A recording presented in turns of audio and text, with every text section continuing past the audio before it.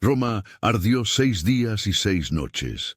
Las llamas devoraron tejados y mercados, alcanzaron pórticos y templos, y el cielo sobre la ciudad quedó teñido de rojo.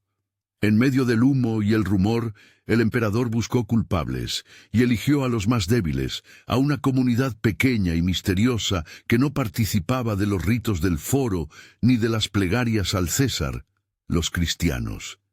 Ese episodio, el gran incendio del año 64 después de Cristo, y la decisión de convertir en chivos expiatorios a los creyentes, abre uno de los capítulos más sombríos y a la vez más clarificadores de la historia cristiana, las atrocidades que los cristianos soportaron en la antigua Roma. No hablamos de una anécdota aislada, sino de un conjunto de prácticas y políticas que en distintos momentos y lugares del imperio buscaron aplastar una fe que se negaba a entrar en el gran flujo religioso y político de Roma. A veces la represión fue espectacular y pública. Ejecuciones en las vías, condenas en el circo, hombres y mujeres expuestos como entretenimiento. Otras veces fue silenciosa y cotidiana. Denuncias anónimas, prisiones, minas de esclavos, confiscaciones y exilios. Pero en todas ellas, la pregunta late igual. ¿Qué transformó el miedo en confianza, el linchamiento en himno, la humillación en testimonio? Antes de seguir, una palabra breve. Si esta palabra está tocando tu corazón ahora, suscríbete y activa la campanita para recibir más estudios y meditaciones sobre la fe y su historia. Para entender aquello hay que mirar tanto la ciudad en llamas como la vida tranquila de los que fueron señalados. Las primeras comunidades cristianas no eran conspiraciones secretas ni sectas peligrosas según los estándares sociales. Eran grupos que, según el relato de los Hechos, perseveraban en la enseñanza de los apóstoles, en la comunión, en el partimiento del pan y en las oraciones. Hechos 2:42. Aquella cotidianeidad, compartir pan, orar juntos, enseñar la escritura, cuidar a los pobres, se percibía en Roma como extraña porque su lógica no encajaba en la del imperio. La ciudad exigía lealtades visibles, ceremonias públicas y reconocimiento de la sacralidad del poder imperial.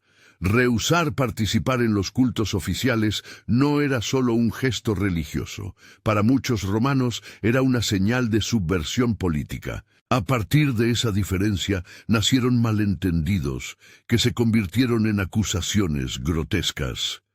Los cristianos eran presentados ante las multitudes como caníbales o como promotores de inmoralidad, rumores que se alimentaban de la ignorancia sobre expresiones como hermano y comunión, y de la falta de información sobre cómo se celebraba la Eucaristía. La sensación de secreto, la composición diversa de las comunidades, mujeres, esclavos, hombres libres, extranjeros, y su negativa a rendir culto al emperador los hicieron sospechosos.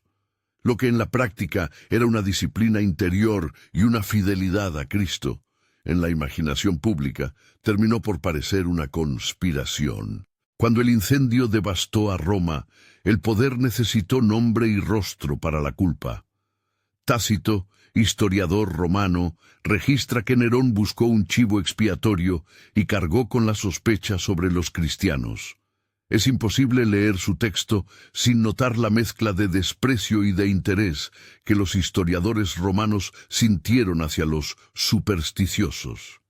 Su relato ha llegado a nosotros con la marca de un observador que no simpatiza con la nueva fe, pero que admite que el castigo fue excepcionalmente cruel. Según Tácito, algunos fueron remitidos a un final público diseñado para escándalo, humillación, exposición y muerte convertidas en espectáculo. Es importante subrayar la distancia entre la crónica de los romanos y la memoria cristiana. Las fuentes romanas, Tácito, Suetonio, Plinio el Joven, ofrecen un retrato frío y a menudo hostil. Las fuentes cristianas, actas de mártires, cartas, Compilaciones posteriores como la de Eusebio buscan mantener viva la memoria de quienes dieron testimonio. Ninguna de estas fuentes es neutral. Juntas, sin embargo, permiten reconstruir el cuadro. Hubo detenciones, hubo juicios públicos, hubo castigos diseñados para avergonzar y para intimidar. El espectáculo era deliberado. Convertir a los cristianos en objetos de diversión respondía a un cálculo político. Distraer a la opinión pública, canalizar la ira popular y, de paso, recordar que la ciudadanía tenía precios que pagar por la deslealtad religiosa. En los jardines imperiales, según la narración de Tácito, hombres y mujeres fueron presentados como antorchas humanas para iluminar la noche de los festejos. En los caminos, cruces erigidas con cuerpos colgantes advertían a los transeúntes. No es necesario recrear detalles morbosos para percibir la intención, humillar para amedrentar, exhibir para quebrar la voluntad. Frente a esa violencia, la respuesta cristiana sorprendió a sus contemporáneos. Desde los primeros, la resistencia no se organizó como una venganza política, más bien emergió como testimonio. Ya en los albores, el libro de los Hechos nos presenta a Esteban, acusado, llevado ante el tribunal y apedreado. Antes de morir, dirigió una palabra que remite a la compasión de Cristo. Pronunció su fe, miró al cielo y pidió no la venganza, sino la misericordia. «Señor, recibe mi espíritu», dijo, Hechos 7, 59-60, y suplicó que el pecado de sus agresores no fuera contado contra ellos. Su actitud resonará en la imaginación cristiana como un eco de las palabras de Jesús en la cruz. «Padre, perdónalos». Lucas 23:34. No es casualidad que desde los orígenes el martirio se ligue a la imitación de aquel que perdona incluso en la agonía. Pero la persecución no se limitó a los momentos de ruido público. Existieron formas silenciosas y burocráticas de castigo que fueron igual de eficaces para quebrar comunidades. La correspondencia entre Plinio el Joven y el emperador Trajano, escrita a principios del siglo II, expone de forma práctica la política imperial. Plinio describe interrogatorios a cristianos en Bitinia y pide instrucciones. Trajano le responde con prudencia administrativa. No buscar a los cristianos activamente, pero castigar a quienes, una vez denunciados, insistan en su obstinación. Ese intercambio revela una lógica. La represión no siempre se organizó como una campaña centralizada. A menudo funcionó a partir de denuncias locales, de jueces curiosos y de vecinos que, por enemistades personales o por devoción al orden público, llevaron a otros ante la autoridad. El resultado fue una presión constante sobre la vida cotidiana de los creyentes. La amenaza de la delación, la posibilidad de perder la propiedad, la separación de la familia y la condena a trabajos forzados. Entre los episodios que nos han llegado por medio de las actas de martirio, hay historias que por su intensidad han quedado fijadas en la memoria cristiana. En la comunidad de Lyon y Vienne, en el siglo II, un grupo de fieles sufrió torturas prolongadas. Entre ellos, Blandina aparece como un símbolo de fortaleza, una esclava, según las actas, que, aún debilitada, no renegó de su confesión y sostuvo frente a los jueces la verdad que había hecho de ella una extraña ante la ciudad. Las actas recogen diálogos, reacciones de la multitud y el tenor de los interrogatorios. Hoy los historiadores las leen con cautela, reconociendo en ellas tanto elementos palpables como construcciones que buscan consolar a una comunidad y fortalecer su identidad testimonial. Son testimonios, no novelas. Su valor no depende de cada detalle, sino de la fuerza con que comunican una experiencia de fe en medio del sufrimiento. Otro hilo que atraviesa esos relatos es la vida de líderes que, en lugar de huir, caminaron hacia lo que parecía una muerte inevitable.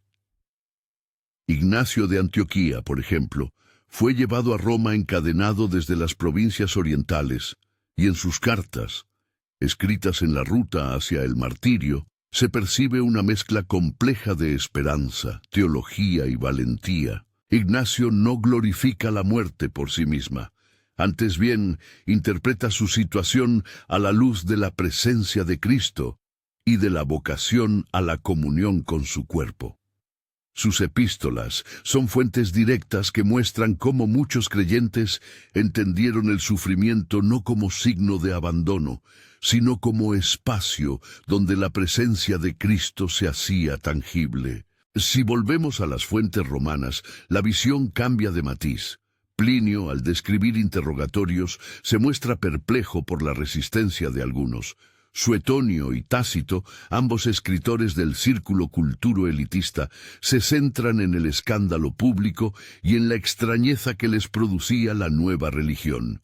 Eusebio, más tarde, recopila y organiza memorias cristianas con un propósito claro: narrar la continuidad de la Iglesia y exaltar la fidelidad de quienes padecieron. Cada autor aporta una perspectiva y cada una necesita ser leída con ojo crítico.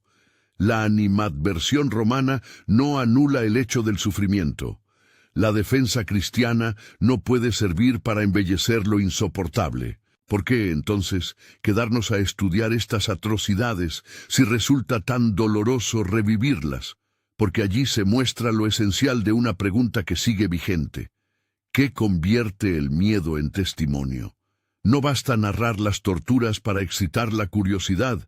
Hay que oír cómo, en medio de la amenaza, la comunidad construyó resistencias, prácticas de comunión que sostenían a las familias, liturgias que recordaban la resurrección, enseñanzas que ofrecían un marco para entender el sufrimiento. Hechos 2:42. No es solo un dato histórico, es la clave de lectura. Enseñanza, comunión, partimiento del pan y oraciones hicieron posible que hombres y mujeres resistieran la extrema presión. Esa resistencia teológica tiene raíces bíblicas profundas. Romanos 8:35-39 plantea una interrogación que los mártires vivieron en carne propia. ¿Quién nos separará del amor de Cristo? Tribulación, angustia, persecución, hambre, desnudez, peligro, espada. La carta responde con una afirmación rotunda: nada puede separarnos del amor de Dios manifestado en Cristo. No es una utopía que borra la realidad del dolor. Es una convicción que ofrece sentido dentro del dolor. En 1 Corintios 15, 54, 57, Pablo articula la esperanza de la victoria sobre la muerte. Cuando lo corruptible se revista de incorruptibilidad, la muerte será vencida. Para quienes enfrentaron la tortura, estas promesas no fueron meras palabras. Fueron un horizonte que explicaba por qué cantar en la prisión no era locura, sino fe. El contraste es llamativo.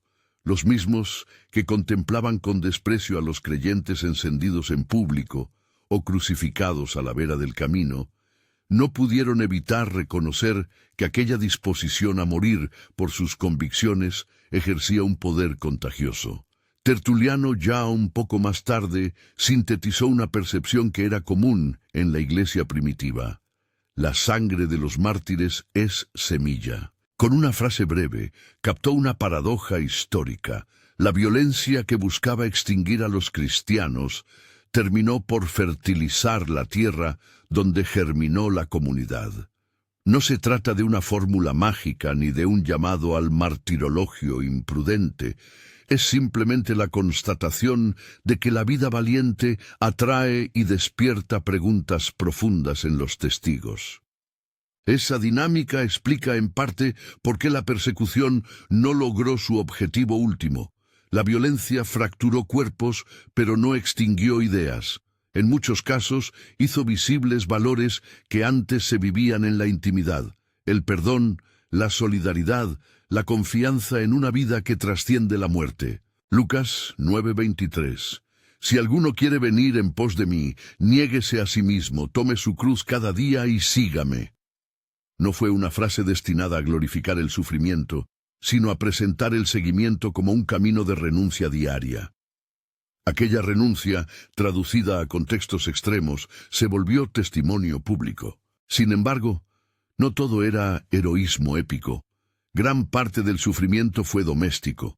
Mujeres separadas de esposos, hijos huérfanos, comunidades ayudando a los presos, redes de apoyo que escondían a los perseguidos. La minería de la represión, palabra que también sirve en sentido literal, porque muchos cristianos fueron enviados a minas oscuras, representa el costado menos escénico, pero igualmente destructor. Trabajo forzado, desgaste físico, fragmentación de las redes familiares y económicas. Estas formas menos visibles son las que más lentamente desgastan una comunidad, porque actúan en la intimidad y en la subsistencia. Aún así, cuando se compone el mosaico completo, surge una realidad sorprendente. Ni la crueldad ni la fragmentación impidieron el crecimiento. Años y siglos después, aquello que los poderosos trataron de borrar permaneció y se expandió hasta transformar, en el tiempo largo, la cultura del imperio. No es simple causalidad mecánica. No se trata de una ley que garantice crecimiento tras cada represión, pero sí hay una realidad histórica, el testimonio de los que sufrieron y la manera en que vivieron, perdonando, orando, abrazando la esperanza de la resurrección, ejercieron un efecto evangelizador que los cronistas paganos apenas lograban comprender. Y sin embargo quedan preguntas abiertas que necesitamos mirar con honestidad. Hubo dirigentes cristianos que alentaron una persecución como vía de purificación. No hay evidencia de una teología que prescribiera la búsqueda deliberada del martirio como norma. Cuando líderes como Ignacio o las voces patrísticas hablan del valor teológico del martirio, suelen hacerlo desde la comprensión pastoral de una situación ya existente, no como incitación. La regla de oro es clara. El martirio no se busca, la fidelidad se vive. La enseñanza de Filipenses 1:21. Para mí, vivir es Cristo y morir es ganancia. No se convierte en licencia para provocar la muerte. Es, más bien, una expresión de la centralidad de Cristo en la vida y en la esperanza final. Mientras meditamos sobre estas tensiones, la historia sigue desplegándose. Lo que comenzó con el incendio de Roma y la decisión de Nerón de señalar a los cristianos, pronto encontró continuidades y variaciones, autoridades locales que aplicaron la ley con más dureza, tribunales que buscaron el espectáculo, gentes que delataron por rencores, comunidades que resistieron con oración y caridad. El fenómeno no fue uniforme, pero sí recurrente. La lealtad a Cristo chocaba con la lógica del poder. A partir de aquí, hay un puente hacia otra verdad que necesitamos examinar con cuidado en las próximas páginas. La manera en que esas atrocidades afectaron la teología y la práctica de la Iglesia. ¿Cómo explicaron los cristianos que su comunidad sobreviviera? ¿Qué recursos teológicos permitieron sostener la esperanza?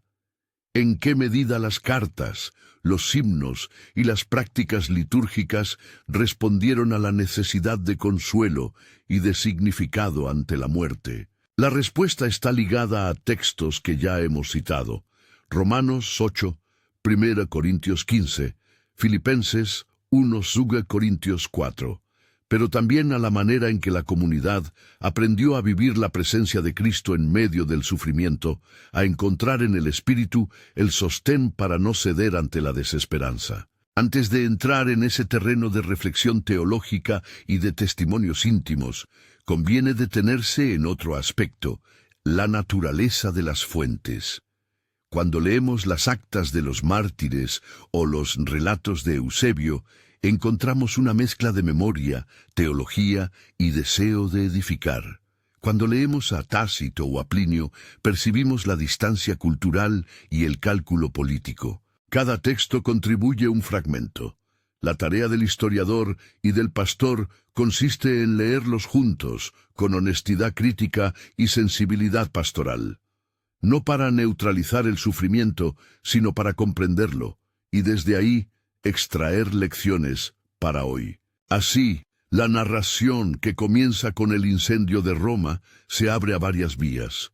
La crónica de las atrocidades públicas, la descripción de las cárceles y minas, la memoria de los esclavos y las mujeres que resistieron, la correspondencia administrativa que revela políticas imperiales, y la teología que articuló esperanza en medio de la muerte. En las próximas secciones, tendremos que recorrer cada una de esas vías con detalle, escuchando a los testigos y evaluando las fuentes. Por ahora, nos detenemos en la escena inicial. La ciudad en llamas, el gesto político de buscar culpables, la conversión de una desgracia en persecución organizada, y la respuesta inesperada de una comunidad que, a través de su fidelidad, cambió el rumbo de la historia. Que no nos engañe la aparente derrota. La historia nos muestra que la muerte no tenía la última palabra. Pero antes de afirmar las conclusiones definitivas, es necesario entrar en los relatos concretos, leer las cartas, ver las actas con ojos críticos y, sobre todo, escuchar a aquellos que, desde la cárcel o la cruz, cantaron himnos que todavía hoy nos hablan. Es a ese trabajo al que nos disponemos ahora, profundizar en los episodios, escuchar las fuentes y recoger las voces que desde la antigua Roma siguen preguntándonos por la naturaleza del testimonio cristiano. Escuchemos ahora las voces que quedaron registradas y las que se colaron por las rendijas de la historia. Voces romanas, voces cristianas, voces anónimas que juntas trazan el mosaico de aquello que llamamos las atrocidades que los cristianos soportaron en la antigua Roma. No para recrear el horror como un espectáculo, sino para comprender cómo el testimonio surgió en medio de la violencia y cómo esa experiencia modeló la teología, la liturgia y la conciencia de la Iglesia. Comencemos por volver a lo público, a las calles y a los grandes escenarios, donde la vergüenza se convertía en política. Tácito, que observa desde su escepticismo pagano, deja una frase que hiela. Tras el incendio, Nerón cedió a la actitud de la multitud, y según su juicio, descargó la culpa sobre los cristianos. Cuando Tácito describe los castigos, no lo hace con entusiasmo sensacionalista. Los describe como medidas destinadas a provocar escándalo y diversión en la ciudad. Añade un detalle que ha sobrecogido a generaciones. En las celebraciones nocturnas, algunos cristianos fueron encendidos y usados como antorchas humanas en los jardines imperiales. Tácito lo registra con la distancia de un historiador que censura la monstruosidad, pero la imagen queda. Hay que decirlo con claridad. Esa narración viene desde fuera, desde la mirada de quien denuncia el exceso del príncipe y al mismo tiempo no comparte la fe perseguida. Es una testificación externa que coincide con la memoria cristiana sobre la espectacularidad de ciertas ejecuciones. Las fuentes cristianas, por su parte, describen cómo las arenas, las vías y los jardines se convirtieron en vitrinas de la humillación. Los cuerpos expuestos eran advertencias publicitadas. Mira lo que le pasa a quien no se somete a las formas de lealtad que sostienen el orden público. Pero la represión no fue siempre tan ostentosa. Plinio el Joven, gobernador de Bitinia, escribe a Trajano a principios del siglo II solicitando criterio para juzgar a los cristianos. Su carta es pragmática. Describe interrogatorios y una práctica administrativa con ciertos rituales. Plinio pregunta qué hacer con los que insisten en su fe después de haber sido interrogados y obligados a sacrificar. Trajano responde con una política templada. No perseguir activamente a los cristianos, no aceptar acusaciones anónimas, pero castigar a los que, imperialmente interrogados, persistan en su obstinación. De aquel intercambio, surge una precisión que revela mucho. La represión funciona mejor cuando hay vecinos dispuestos a señalar, cuando las estructuras locales encuentran razones para aplicar la ley, y cuando la política central fomenta la disciplina judicial sin convertir cada provincia en un teatro de caza. La lógica del castigo tenía dimensiones administrativas y sociales. La denuncia era arma de rencor, la exigencia de sacrificio un test de lealtad y la condena un recordatorio de límites. No obstante, en muchas ocasiones, esos procedimientos no alcanzaron su propósito último, apagar la luz que los cristianos sostenían en sus casas, en las pequeñas reuniones, en los encuentros de enseñanza, comunión, partimiento del pan y oraciones. Hechos 2:42. Allí, lejos de los reflectores, la vida cristiana se robustecía. Consideremos ahora una voz que la tradición cristiana hizo célebre: Blandina, una esclava de Lyon. Las actas de los mártires de Lyon y Vienne, recogidas por Eusebio y leídas con cautela por los historiadores modernos, conservan su figura como símbolo de fidelidad. Según esos testimonios, Blandina fue repetidamente torturada, expuesta a degradación y sometida a interrogatorios que buscaban quebrarla. Aún así, la imagen que perdura en las actas no es la de una víctima pasiva. Blandina, pequeña y débil según la descripción, responde a sus acusadores con frases que desafían la lógica del verdugo. Un auditorio romano, acostumbrado a medir la dignidad por el estatus y por la fuerza, se encontró desconcertado ante la firmeza de una esclava. Importa subrayar algo crucial. Las actas de los mártires no son reportajes periodísticos neutrales. Son relatos pastorales que buscan consolar, modelar y afirmar la identidad de una comunidad perseguida. Leídas con prudencia, sin embargo, permiten captar trazos reales. Hubo presión judicial, hubo público hostil, hubo cuerpos expuestos y hubo también resistencias que desconcertaron a los observadores. Las actas muestran el modo en que la comunidad cristiana interpretaba aquello, no como un fracaso absoluto, sino como un lugar donde la presencia de Cristo se experimentaba de manera nueva. Blandina, en ese marco testimonial, encarna la paradoja que atravesó todo el periodo, la pequeñez humana revelando la grandeza de la fidelidad. De Lyon salta, sin cambiar de filo, la carta de Ignacio de Antioquía, que ya habíamos mencionado. Ignacio escribe desde su encierro hacia la ciudad de Roma, y su actitud nos obliga a reflexionar sobre la complejidad espiritual del momento.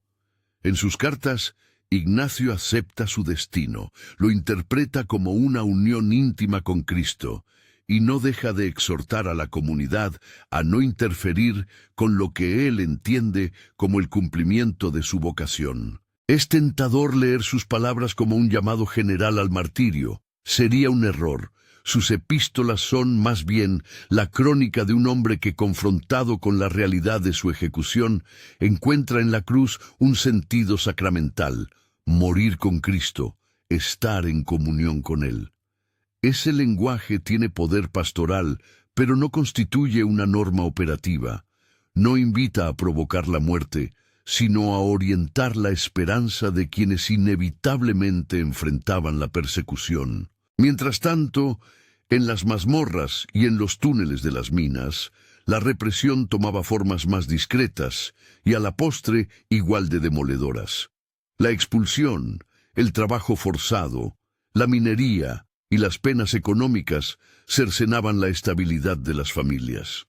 Las minas eran lugares donde la vida se desgastaba lentamente. La fatiga, la enfermedad, la separación de seres queridos y la pérdida económica. Esas formas de persecución no aparecen en los relatos dramáticos de los anales romanos, pero sí en las cartas, en las historias comunitarias y en las menciones de autores cristianos que recuerdan a los deportados, a los que murieron lejos de sus casas, a los que desaparecieron en el anonimato de la explotación. Todo aquello plantea una cuestión teológica central. ¿Cómo se interpretó el sufrimiento? ¿Cómo se articuló un sentido que diera coherencia a la experiencia de perder techo, hijos, libertad, vida? La respuesta de la Iglesia primitiva se formó a partir de textos que hoy citamos con frecuencia. Romanos 8:35-39 no es una abstracción moral. Para aquellos que enfrentaron la horca o la estaca, fue una promesa concreta. Nada puede separarnos del amor de Cristo. Leída desde la prisión, esta afirmación no borraba el dolor, pero lo sitúa en un horizonte mayor. El amor divino como estructura última de sentido. De allí surge una práctica concreta: cantar, orar, confesar la fe públicamente, aun cuando la consecuencia fuese la muerte, no por morbo, sino porque la esperanza cristiana se arraigaba en la convicción de una vida que trasciende la agonía. 1 Corintios 15, 54-57 articula esa esperanza con una certeza pascual: la victoria sobre la muerte. Para un creyente del primer o segundo siglo, el anuncio de que la muerte es absorbida en victoria no es un consuelo frío, es la clave hermenéutica que convierte la cruz en signo de triunfo. Por eso en relatos y en himnos, la muerte aparece a veces descrita como ganancia, como lo dirá Pablo en Filipenses 1:21. Esa expresión no induce a buscar la muerte, sino que configura una actitud frente a ella. Si el morir se inscribe en la lógica de la presencia de Cristo, entonces la muerte pierde su último poder de aniquilamiento. Otra pieza teológica que ayudó a sostener a los creyentes fue la experiencia del Espíritu. Según Corintios 4, 17, 18, presenta el sufrimiento como ligero y momentáneo, frente a la gloria eterna que se revela. Una formulación que no minimiza la aflicción, pero la pone en perspectiva. Los testimonios de prisioneros que cantaban y de comunidades que oraban por sus perseguidores reflejan esta convicción. El Espíritu da fortaleza. El Espíritu hace presente a Cristo incluso en la adversidad. Esa experiencia no es una explicación mágica del sufrimiento, es un sostén relacional que transforma la manera de sufrir. El perdón radical, heredado del ejemplo de Jesús, constituye otro núcleo que emerge repetidamente. Lucas 23:34. Las palabras de Jesús en la cruz: Padre, perdónalos, porque no saben lo que hacen, se convirtió en referencia inspiradora para quienes enfrentaban verdugos y multitudes hostiles. Esteban, en Hechos 7, en su última escena, imita esa misma disposición. En medio del apedreamiento, ora por la misericordia para sus agresores. Ese perdón no niega el agravamiento ni la necesidad de justicia. Se presenta como una respuesta que desarma, que cuestiona la cadena del odio y que paradójicamente se convierte en argumento evangelístico. Ver a un hombre perdonar a sus torturadores despierta preguntas en el espectador que no entiende por qué alguien respondería con gracia al mal.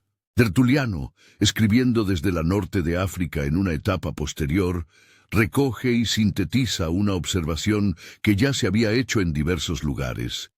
La sangre de los mártires es semilla, sanguis martyrum semen est. No es una frase triunfalista, es un análisis de efectos. La coherencia de vida que algunos cristianos mostraron, incluso en el martirio, produjo curiosidad, interrogantes y, en no pocos casos, conversiones. El fenómeno no fue automático ni universal, pero constituye un elemento explicativo del crecimiento cristiano en el largo plazo. La experiencia vivida en la intimidad y en la plaza pública despertó interrogantes y ofreció una alternativa ética y espiritual que, en muchos casos, resultó atractiva. Al hablar de crecimiento conviene distinguir causas múltiples: redes de solidaridad, estructuras comunitarias que cuidaban a huérfanos y viudas, prácticas caritativas que se diferenciaban de la lógica del favorecimiento imperial. pero no puede soslayarse el impacto del testimonio sufriente.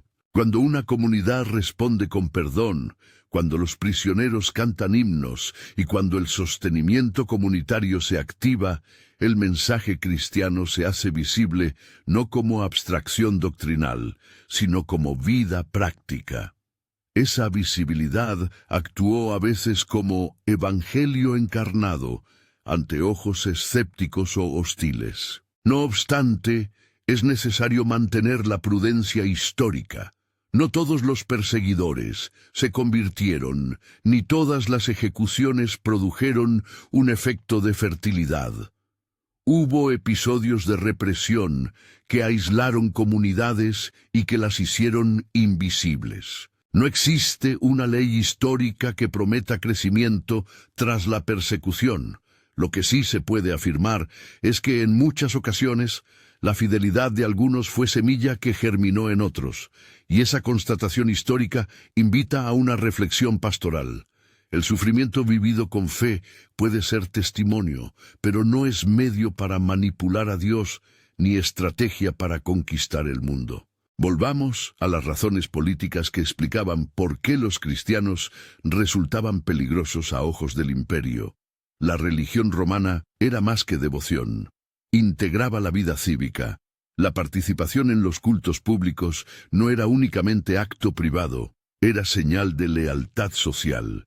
Negarse a participar ponía en cuestión no solo la piedad del individuo, sino la cohesión del tejido civil. Los cristianos, al no acatar rituales del foro ni reconocer la sacralidad del poder imperial, aparecían como una comunidad alternativa.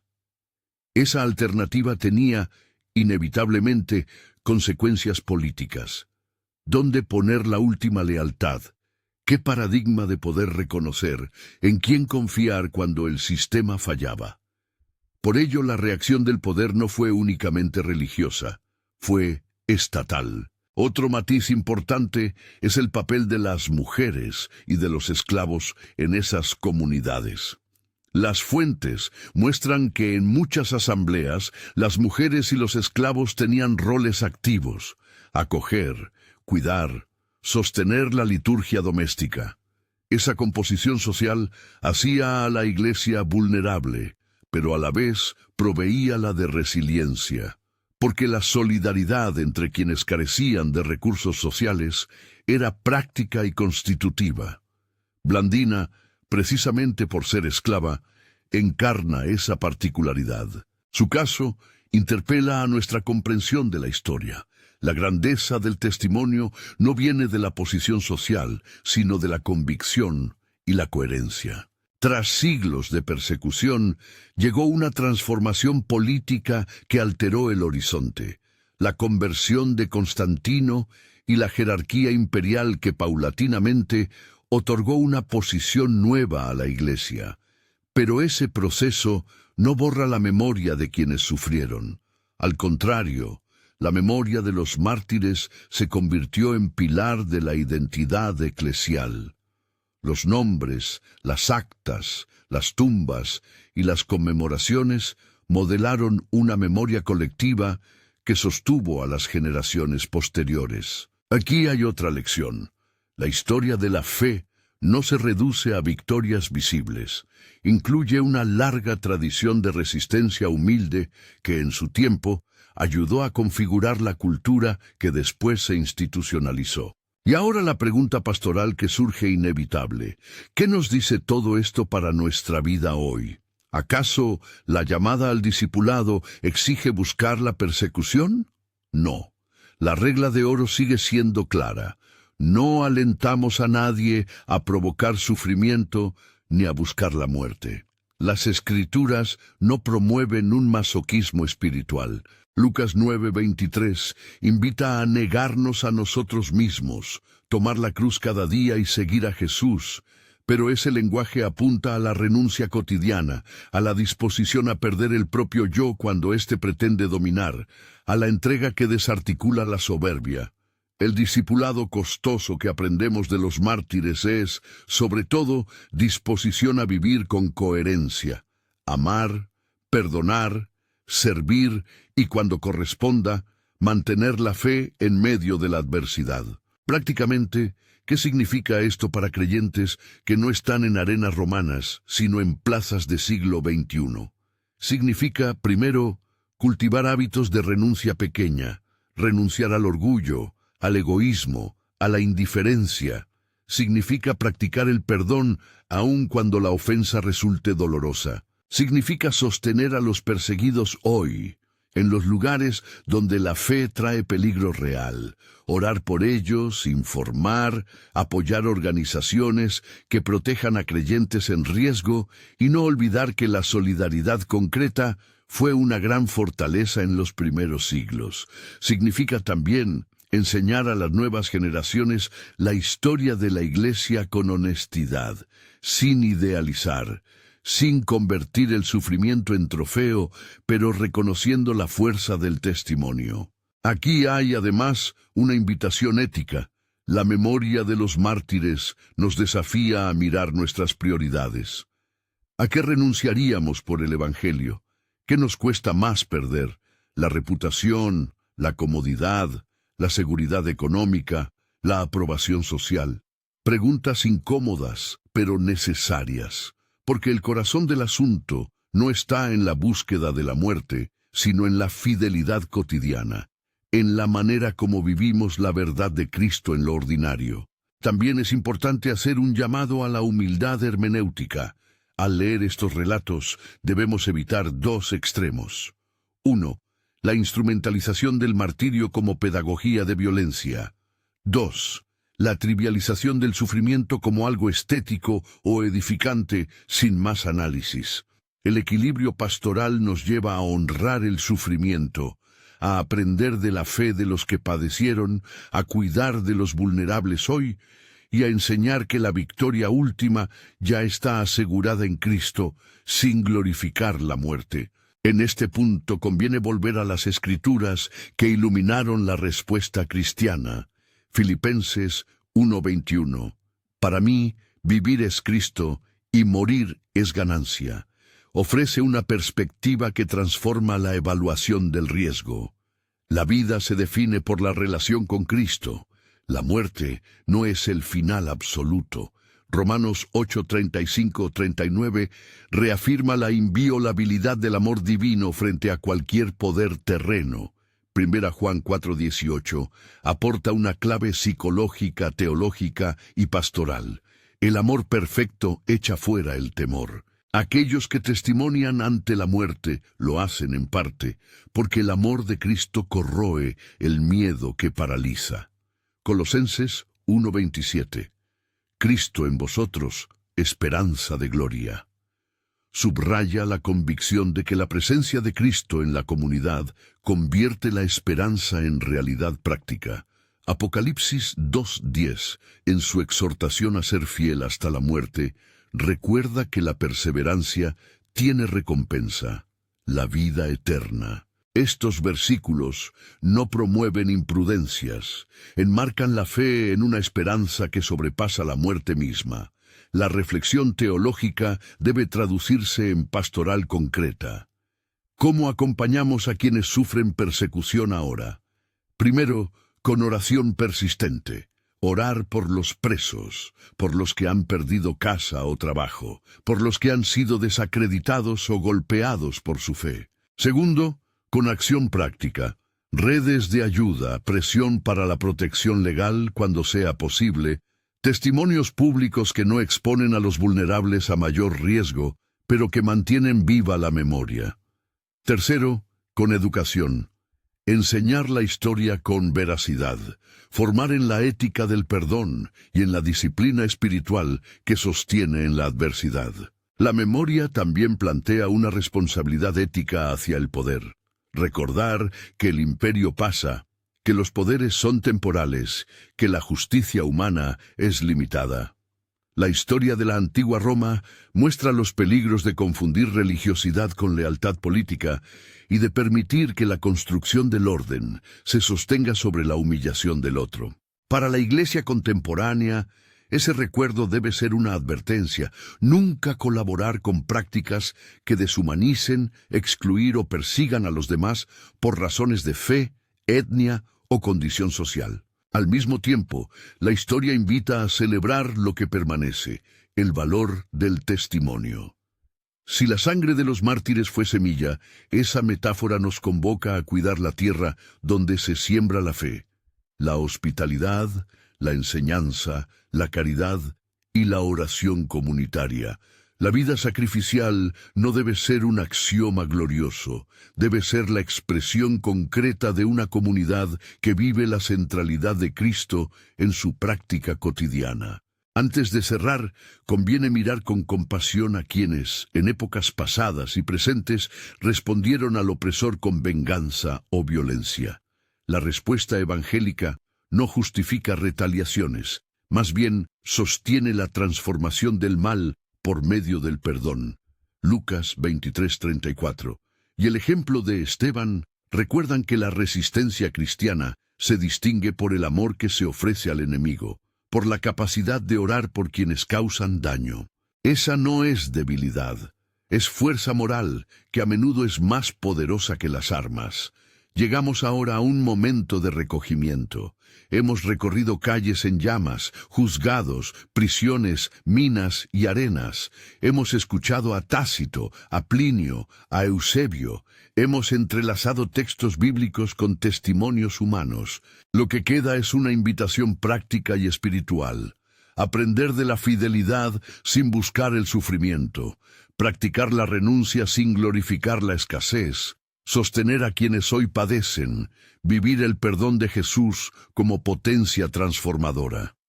Oremos. Padre, Dios misericordioso, te damos gracias por la memoria de quienes en tiempos pasados sostuvieron la fe con coherencia. Consola hoy a los que sufren, fortalece a los que están tentados a renegar, y da discernimiento a los que gobiernan. Haz que tu espíritu vuelva a descender sobre tus hijos para que, en la fragilidad, se experimente tu fuerza. En la duda, tu certeza. En la prueba, tu paz. Enséñanos a negar nuestro ego diariamente, a tomar la cruz en lo cotidiano y a seguir a Jesús con esperanza firme. Que el perdón brote de nosotros como manantial que desarma el odio. Protege a los perseguidos hoy. Provee para sus necesidades y dales consuelo en la tribulación. Haz de nuestra comunidad un signo de tu amor en el mundo. En el nombre de Jesucristo, que venció a la muerte, oramos. Amén. Si esta palabra te ha tocado, te invito a dejar en los comentarios la palabra venceré y compartir este mensaje con alguien que necesite ánimo. Si aún no te has suscrito, hazlo para seguir recorriendo la historia y la enseñanza que fortalecen la fe. Recordemos una verdad que atraviesa toda esta narración. Los poderes cambian, los imperios pasan, pero Cristo vive. Lo que el mundo intenta borrar puede reemergir en formas nuevas, porque la fidelidad no se agota con la derrota. Los mártires no buscaron la muerte como fin. Ofrecieron su testimonio como consecuencia de una vida centrada en Cristo.